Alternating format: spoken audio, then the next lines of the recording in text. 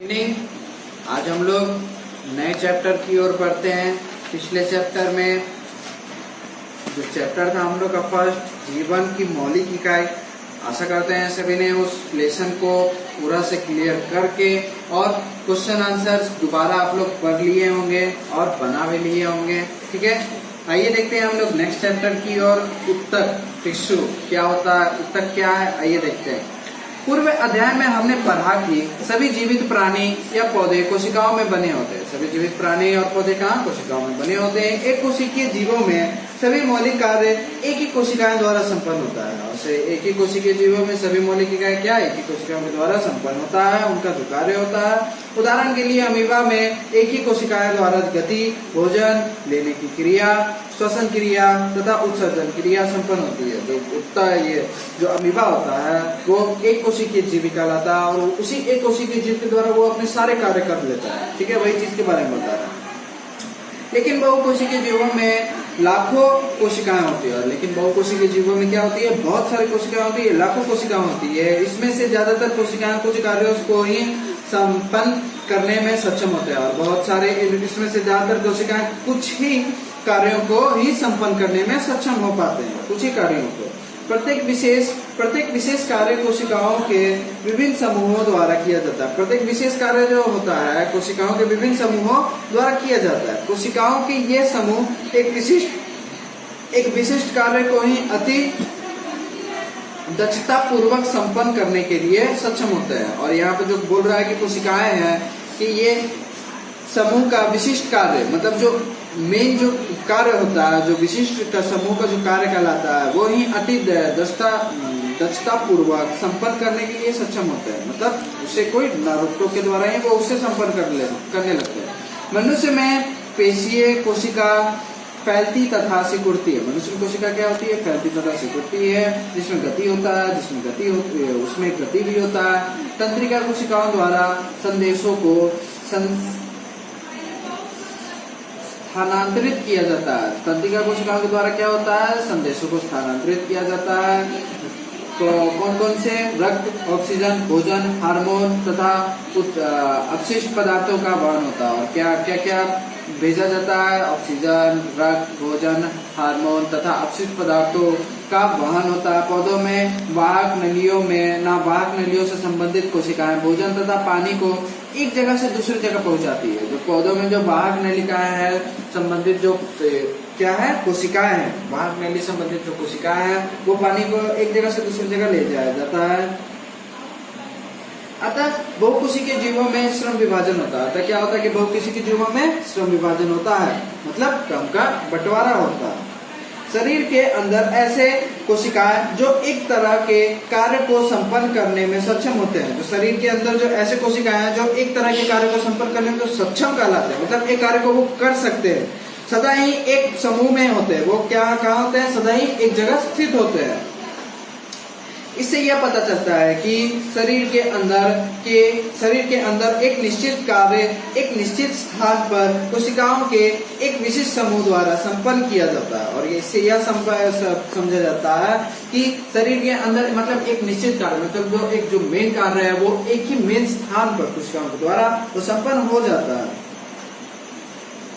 कोशिकाओं के इस समूह को उत्तक कहते हैं। कोशिकाओं के इस समूह को क्या हम लोग कहते हैं, उत्तक कहते हैं। या उत्तक अधिकतम दक्षता के साथ कार्य कर सकते हैं। और उसे क्या होता है कि यह उत्तक अधिकतर दक्षता के साथ कार्य कर सकते हैं। कर सकने के लिए एक विशिष्ट क्रम में व्यवस्थित होते हैं। और ये क्या होते हैं कि विशिष्ट क्रम में व्यवस्थित होते हैं, मतलब कुछ यहाँ व्यवस्थित होता है, मतलब एक ही जगह स्थित रहते हैं।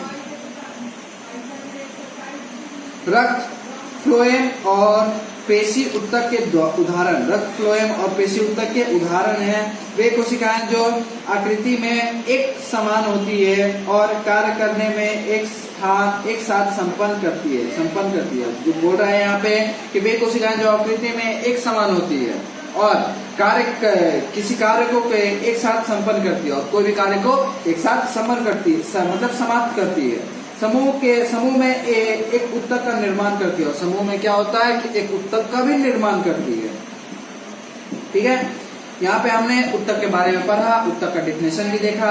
आइए हम लोग फर्स्ट टॉपिक की ओर बढ़ते हैं। 6.1 क्या पौधों और जंतु एक ही तरह के उत्तक से बने होते हैं? क्या हमारे जो पौधे हैं और जंतु होते हैं वो एक ही उत्तक के बने होते हैं क्या? देखते हैं।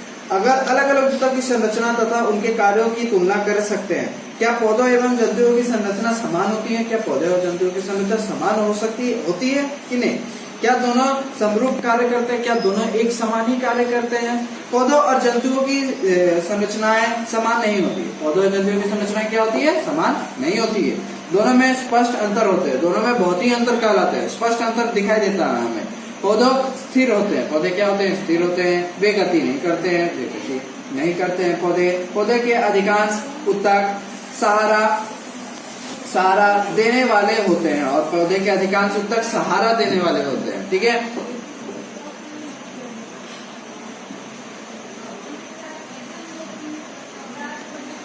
तथा पौधों को सकारात्मक शक्ति प्रदान करते हैं। तथा पौधों को क्या करते हैं? सकारात्मक शक्ति प्रदान करते हैं। ऐसे अधिकांश उत्तक मृत होते हैं। ऐसे अधिकांश उत्तक क्या होते हैं? मृत होते हैं। वो जीवित नहीं कहलाते हैं। ये मृत उत्तक जीवित कोशिकाओं के समान ही यांत्रिक शक्ति प्रदान करते हैं। ये क्या होता है कि ये मृत उत्तक जीवित कोशिकाओं के समान है। मतलब जो जीवित कोशिकाएं जो यांत्रिक जो शक्ति प्रदान करता है वो मृत कोशिकाओं के बराबर ही होता है। इन उत्तकों को ज्यादा अनुरक्षण की आवश्यकता नहीं होती है। इन उत्तकों को ज्यादा अनुरक्षण मतलब उनकी ज्यादा सुविधा की आवश्यकता उन्हें नहीं होती है। दूसरी ओर जंतु भोजन साथी तथा आश्रम की आश्रय की भोज में इधर उधर विचरण करती है। और दूसरी ओर देखा जाए तो जंतु का जो भोजन है साथी तथा आश्रय की जो भोजन में इधर उधर विचरण करती है। मतलब वो इधर उधर अपने भोजन को ढूंढने लगती है। ये पौधों की तुलना में ऊर्जा का आधार उपयोग करते हैं। मतलब ये पौधे की तुलना में क्या करते हैं? ऊर्जा का अधिक उपयोग करते हैं। जंतुओं के अधिकांश उत्तक जीवित रहते हैं और जंतुओं के अधिकांश उत्तक क्या होते हैं? जीवित रहते हैं। जंतु और पौधों के बीच उनकी वृद्धि के प्रतिरूप में एक और भिन्नता है। जंतु और पौधों के बीच में उनकी वृद्धि के रूप में एक और भिन्नता कहलाती है। क्या? आइए देखते हैं। पौधों की वृद्धि कुछ क्षेत्रों तक ही सीमित होता है। पौधों की वृद्धि कुछ क्षेत्र तक ही सीमित होता है। वो उससे ज्यादा नहीं बढ़ सकते हैं।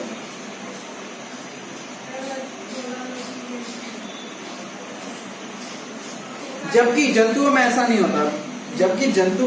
नहीं होता। पौधे के कुछ उत्तक जीवन भर विभाजित होते रहते हैं। बोल रहा है यहाँ पे कि पौधे के कुछ जो उत्तक है जीवन भर विभाजित होते रहते हैं। वो अपने उनकी जो टहनियां हैं और उनकी जो डालियां वो अपने जीवन भर ही वो अपने से विभाजित होते रहते हैं। ऐसे उत्तक कुछ क्षेत्रों में ही सीमित रहते हैं। ऐसे उत्तक क्या होते हैं? कुछ क्षेत्र तक ही सीमित होते हैं। ठीक है। उत्तक को विभाजन क्षमता के आधार पर पौधों के उत्तकों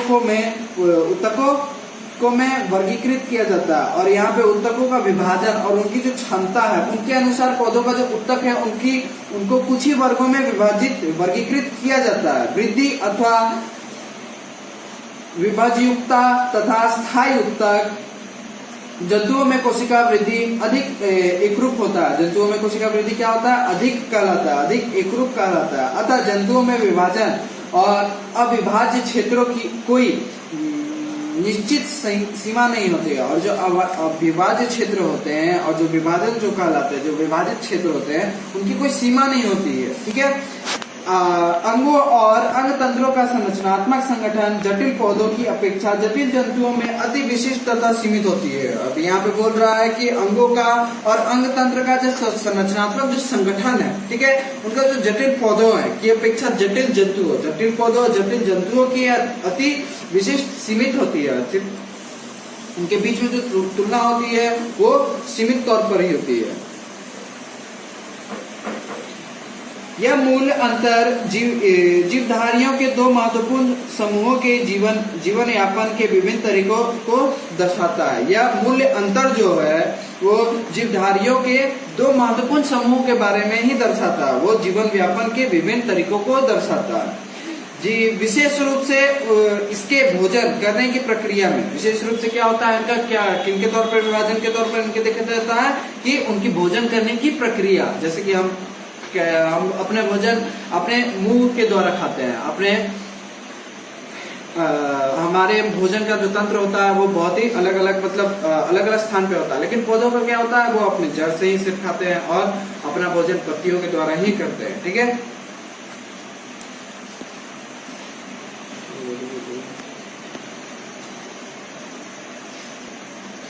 सकारात्मक संगठन एक और पौधों के गतिहीन अस्तित्व तथा दूसरी ओर जंतुओं के प्रचलन के लिए अंगतंत्र के विकास हेतु विभिन्न प्रकार के अनुकूलन होते हैं। यहाँ पे बोल रहा है कि जो संरचनात्मक तौर पर जो उनका जो संगठन है, उनका जो स्वरूप होता है वो एक और जो पौधों में जो गतिहीन अस्तित्व जो बनाता है तथा दूसरी ओर क्या होता है कि जंतुओं में जो प्रचलन तैयार करता है उनका अनुकूलन होता है, मतलब एक साथ उनको देखा जाता है, विभिन्न प्रकार से अनुकूलन होता है, उनको विभिन्न प्रकार से देखा जाता है। जटिल जंतुओं एवं पौधों के संदर्भ में अब हम उत्तकों की अवधारणा के बारे में विस्तृत चर्चा करेंगे। अब यहाँ पे बोल रहा है जंतुओं और पौधों के बारे में, अब हम क्या बोलते हैं उत्तक के बारे में हम चर्चा करते हैं। ठीक है, इस बीच में हमें यहाँ पे दो क्वेश्चन दिया गया। पहला क्वेश्चन उत्तक क्या है, यहाँ पे आप लोग को पहले ही डेफिनेशन पढ़ाया गया है और दूसरा क्वेश्चन भी आप लोग को बनाना है। ठीक है, उसे प्रयास कीजिएगा। अब यहाँ पे है 6.2 पादप उत्तक। आइए देखते हैं पादप उत्तक के बारे में। 6.2.1 में दिया गया है विभाज्योत्तक। विभाज्योत्तक क्या है आइए देखते हैं। पहले इसके पहले हम लोग 6.1 में क्रियाविधि है उसको हम लोग देखते हैं।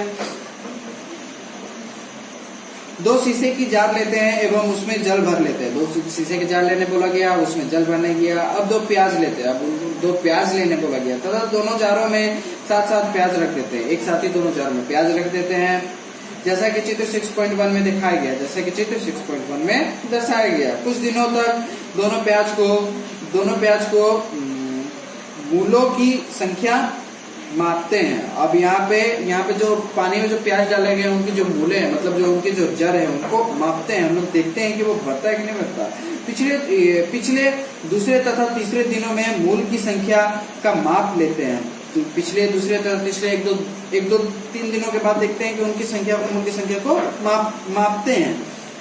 दूसरे जार में रखी प्याज की तुलना में चौथे दिन 1 सेंटीमीटर काट लेते हैं। दूसरे जार की तुलना में एक जार में से 1 सेंटीमीटर काट लेते हैं। इसके पश्चात दोनों जार में रखी प्याज की मूलों की लंबाई का 5 दिन तक निरीक्षण करें तथा इसमें हुए प्रतिक्रिया दिन की वृद्धि की माप को नीचे की तालिका में लिखे। अब यहाँ पे बोला गया पहला दिन, दूसरा दिन, तीसरा दिन, चौथा दिन, अब 5वां दिन, जार 1 जार 2। अब यहाँ पे बोला 5 दिन हम लोग को देखना है क्या उसकी जो लंबाई है बढ़ती है घटती है, क्या होती है। जार 1 में किस प्रकार की क्या लंबाई होती है वो हम लोग को 5 दिन निरीक्षण करना है। ठीक है, तो वो लोग आप लोग कोशिश कीजिएगा। ठीक है, उत्तक के निरीक्षण को देखते हुए नीचे दिए गए प्रश्नों के उत्तर दिए। और जब उत्तक की निरीक्षण के लिए जब आप लोग उसको ये जो तालिका है जब उसको भर लेंगे तो उसके बाद ये क्वेश्चन है, आप उसको देखिएगा। ठीक है, आइए देखते हैं कि पादप उत्तक क्या है। विभाज्योत्तक। ठीक है, पौधों में वृद्धि कुछ निश्चित क्षेत्रों में नहीं होती है। पौधों में जो वृद्धि है कुछ ही निश्चित क्षेत्र में ही होता है। ऐसे विभाजित उत्तक के अन्य भागों में पाए जाने के कारण होता है। ऐसे जो विभाजित होता है अन्य भाग में पाए जाने के कारण होता है। ऐसे उत्तक को विभाज्योत्तक भी कहा जाता है। ऐसे उत्तक को क्या कहते हैं, विभाज्योत्तक भी कहते हैं। ये विभाज्योत्तक किस भाग में मौजूद है, विभाज्योत्तक की मौजूदगी वाले क्षेत्रों के आधार पर उन्हें 3 भागों में वर्गीकृत किया गया। अब ये विभाज्योत्तक कहाँ मौजूद होता है, अब इस मौजूदगी के कारण इसे 3 भागों में बांटा गया। या 3 भाग है, शिस्ट, कैम्बियम तथा अंतर्विष्ट। चित्र 6.2 में जैसा दिखाया गया, यह 3 विभाजन किया गया है। विभाज्योत्तक के द्वारा तैयार नए कोशिकाएं प्रारंभ में विभाज्योत्तक की तरह ही होता है, लेकिन जैसे ही उसमें वृद्धि होती है और ये परिपक्व होते हैं। अब ये क्या होते हैं, परिपक्व होने लगते हैं। अब यहाँ पे बोल रहा है कि विभाज्योतक की द्वारा हम जो तुलना करते हैं, जो कोशिकाओं का प्रारंभ जो होता है वो विभाज्योतक की ही तरह होता है। अब उसके बाद जब वो वृद्धि होता है वो किसके द्वारा होती है? ये परिपक्व के द्वारा।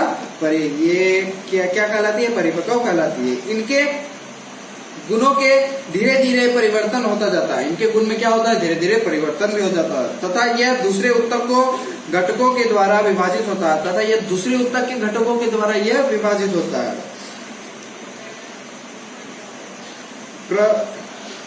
प्ररोग के शीर्ष विभाज्योतक जड़ों एवं तनों की वृद्धि वाले भाग में मौजूद होता है। यहाँ पे बोल रहा है कि प्ररोग के शीर्षक जो विभाज्योतक है, जो पहला विभाजन है, जो शीर्षक विभाज्योतक है, जड़ों एवं तनों की वृद्धि के वाले भाग में मौजूद होता है। कहाँ होता है? जड़ों और तनों के विभाजन की मौजूद होता है तथा वह उनकी लंबाई में वृद्धि करता है। क्या करता है? लंबाई में वृद्धि। तने की परिधि या मूल में वृद्धि पार्श्व विभाज्योतक के कारण होता है। उनकी जो परिधि है, उनकी जो मूल में जो वृद्धि होती है, किनके द्वारा होता है? पार्श्व परियोजक विभाज्योतक के द्वारा होता है। अंतर्विष्ट विभाज्योतक पत्तियों के आधार में या टहनी के पूर्व के दोनों ओर उपस्थित होता है और जो आखिरी है, जो अंतर विभाज्योतक है, वो पत्तियों के आधार पर टहनी में और कहा? दोनों ओर उपस्थित होता है। इस उत्तक की कोशिकाएं अत्यधिक क्रियाशील होती है। इस उत्तक की कोशिकाएं क्या होती है? अत्यधिक क्रियाशील होती है। उसके पास बहुत अधिक कोशिका द्रव्य, पतली कोशिकाएं, भित्ति और स्पष्ट केंद्रक होते हैं। उसके पास क्या क्या होते हैं? बहुत कोशिका द्रव्य, पतली कोशिका, भित्ति और स्पष्ट केंद्रक भी पाई जाती है। उसके पास रसधानी नहीं होती है। उसके पास क्या होती है? रसधानी नहीं होती है। क्या हम सोच सकते हैं कि उसके पास रसधानी क्यों नहीं होती है? अब हम लोग सोच सकते हैं कि क्या उसके पास क्यों रसधानी क्यों नहीं होती है। ठीक है, अब हम लोग देखते हैं कि नेक्स्ट टॉपिक 6.2.2 स्थायी उत्तक। अब स्थायी उत्तक क्या है? आइए देखते हैं। विभाज्योतक द्वारा बनी कोशिकाओं का क्या होता है? अब विभाज्योतक द्वारा जो बनी कोशिकाएं, उनका क्या होता है? ये कोशिकाएं एक विशिष्ट कार्य करती है। ये कोशिकाएं क्या करती है? एक विशिष्ट कार्य करती है। विभाजित होने का शक्ति को खो देती है। विभाजित होने की क्या करती है? शक्ति को खोती है। उसके परिणाम स्वरूप ये स्थायी उत्तक का निर्माण करती है। क्या करती है? स्थायी उत्तक का निर्माण करती है। इस प्रकार एक विशिष्ट कार्य उनके करने के लिए स्थायी रूप तथ्य आकार लेने की क्रिया को विभेदीकरण कहा जाता है। अब यहाँ पे देखते हैं कि इस प्रकार जो विशिष्ट कार्य है, उनका जो कार्य है, उनके कारण जो स्थायी रूप जो लेता है विभाज्योतक, आकार लेने की क्रिया को क्या कहते हैं? विभेदीकरण कहा जाता है। विभाज्योतक की कोशिकाएं विभाजित होकर विभिन्न प्रकार के स्थायी उत्तक का निर्माण करता है। विभाज्योतक की जो कोशिकाएं है वो विभाजित होकर क्या करता है? वो विभिन्न प्रकार के स्थायी उत्तक का निर्माण करता है। इस बीच हम लोग देखते हैं कि एक दूसरा एक्टिविटी आया है, क्रियाविधि। आइए देखते हैं 6.2 क्रियाविधि। बोला गया है यहाँ पे कि एक पौधे को तने को लीजिए। एक पौधे के तने को लेने कहा गया है। अपने शिक्षक की सहायता से उसके पतले सेक्शन काटिए। अब अपने शिक्षक की सहायता से क्या करना है? उसके पतले सेक्शन को काट लेना है, मतलब पतली परत को उसको काट लेना है। अब सभी सेक्शन को सेम्प्रेनिन से रंजित कीजिए। अब सभी सेक्शन को क्या बोला गया? सभी सेम्प्रेनिन से रंजित करने बोला गया, मतलब उसे रंजित मतलब रखने बोला गया, उनमें डालने बोला गया। एक अच्छे से कटे हुए सेक्शन को स्लाइड पर रखिए। अब एक अच्छे से सेक्शन को कटे हुए को कहाँ रखने बोला गया? स्लाइड पर रखने बोला गया और उस पर ग्लिसरीन की एक बूंद डाले। अब उस पर क्या डालने बोला गया? ग्लिसरीन का एक बूंद डालने बोला गया।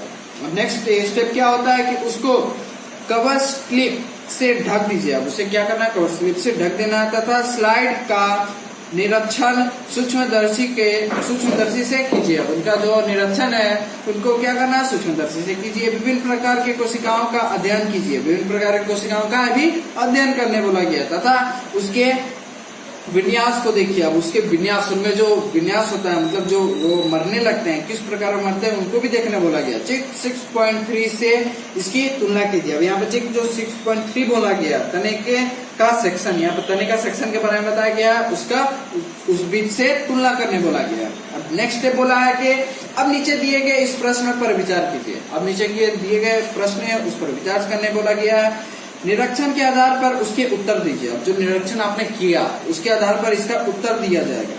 क्या सभी कोशिकाएं की संरचनाएं बराबर है? क्या सभी सारे जो कोशिकाएं हैं उनका जो परत है, सारे जो परत है उनकी जो कोशिकाएं उनकी संरचनाएं बराबर है या नहीं? कितने प्रकार की कोशिकाओं को देखा जा सकता है? अब उसके बीच कितने प्रकार की कोशिकाएं हैं उनको हम देख पा रहे हैं? क्या हम इन कारणों को जान सकते हैं कि कोशिकाएं इनके प्रकार की क्या है, कि इतने प्रकार की क्यों होती हैं? अब यहाँ पे हम लोग इस बात को जान सकते हैं कि क्या ये इनके जो प्रकार है कोशिकाओं के इतने प्रकार के ही क्यों होते हैं, कम क्यों नहीं होते या ज्यादा क्यों नहीं होते? हम पौधों की मामलों का सेक्शन काटने की कोशिश कर सकते हैं। अब हम क्या करते हैं कि पौधों के सेक्शन के मामलों को काटने का कोशिश कर सकते हैं, पतले सेक्शन को काटने का। हम विभिन्न पौधों के मूल तथा तने का सेक्शन भी काट सकते हैं। अब हम क्या कर सकते हैं कि विभिन्न प्रकार के पौधों के मूल का और तनों का सेक्शन को भी काट सकते हैं। ठीक है, यहाँ तक हम लोग का 6.2 क्रियाविधि समाप्त होता है और 6.2.2 स्थायी उत्तक को भी हम लोग समझ लेते हैं। अब इस बीच इसके मतलब स्टेप बताया गया है और का प्रकार बताया गया है। 6.2.1 का फर्स्ट का सरल स्थायी उत्तक। अब यह सरल स्थायी उत्तक क्या होता है इसे हम नेक्स्ट क्लास में जानेंगे। आज के लिए सिर्फ इतना ही। आप लोग कोशिश कीजिएगा कि जो क्रियाविधि दिया जाता है कि उसे आप जो घर में जो नुकसानदेह है जो आप लोग घर में कर सकते हैं उसे आप करने की कोशिश कीजिएगा। उससे क्या होगा, आप लोग को ज्यादा नॉलेज होगा। ठीक है, और इस बीच जो आप लोग को क्वेश्चन दिया है यहाँ पे बुक में, यहाँ पे 2 क्वेश्चन दिया गया। ठीक है, और यहाँ पे इसे आप क्रियाविधि को करेंगे तो यहाँ पे इस तालिका को भी प्रयास कीजिएगा और इस बीच में भी क्वेश्चन दिया गया क्रियाविधि। ठीक है, इसे आप कर सकते हैं और करने का भी प्रयास कीजिएगा। ठीक है, अब हम लोग नेक्स्ट क्लास में देखेंगे सरल स्थायी उत्तक, वो हम लोग नेक्स्ट क्लास में देखेंगे। ठीक, और जैसे कि आप लोग जानते हैं कि अभी का समय बहुत ही कठिन साबित होता है। आप लोग को क्या करना है, सिर्फ ज्यादा से ज्यादा आप लोग को घर में ही रहना है और ज्यादा से ज्यादा प्रयास करना है कि बाहर ना निकले, मार्केट ना जाए। और निकलना जरूरी कहलाता है तो आप लोग मास्क लगा के बाहर निकलिए और सभी लोगों से दूरी बनाए रखिए। ठीक है, आज के लिए सिर्फ बस इतना ही।